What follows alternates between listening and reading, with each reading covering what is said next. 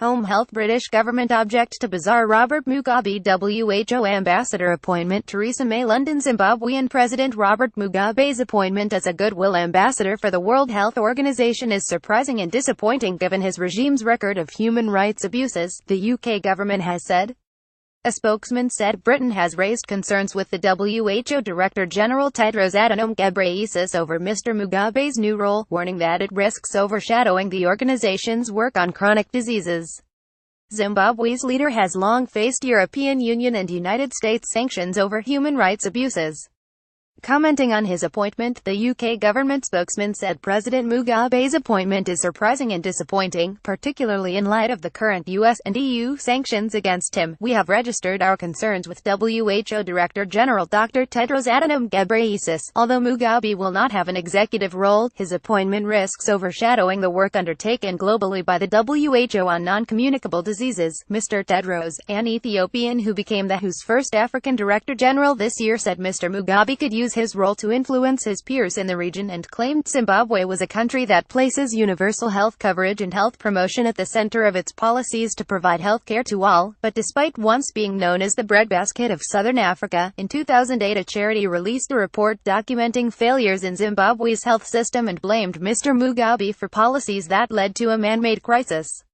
Physicians for Human Rights found his government had presided over the dramatic reversal of its population's access to food, clean water, basic sanitation and healthcare. It went on, the Mugabe regime has used any means at its disposal, including politicizing the health sector, to maintain its hold on power. The report said Mr. Mugabe's policies had led to the shuttering of hospitals and clinics, the closing of its medical school and the beatings of health workers. WHO Director General Tedros Adhanom Ghebreyesus announced the appointment at a high-level meeting on non-communicable diseases (NCDs) in Uruguay on Wednesday. The meeting was attended by Mugabe, 93. He is blamed in the West for destroying his country's economy and numerous human rights abuses during his 37 years leading the country as either president or prime minister.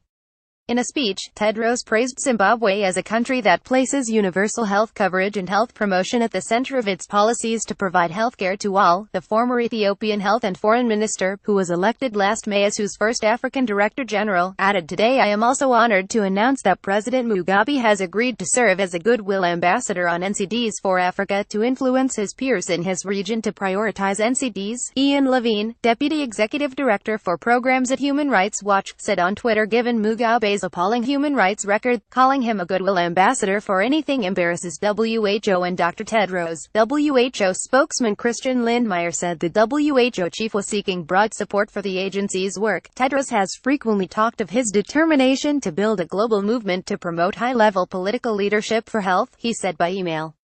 Hillel Neuer, executive director of the Geneva-based group UN Watch, issued a statement late on Friday criticizing the choice by WHO, a United Nations agency. The government of Robert Mugabe has brutalized human rights activists, crushed democracy dissidents, and turned the breadbasket of Africa, and its health system, into a basket case. The notion that the UN should now spin this country as a great supporter of health is, frankly, sickening, Neuer said.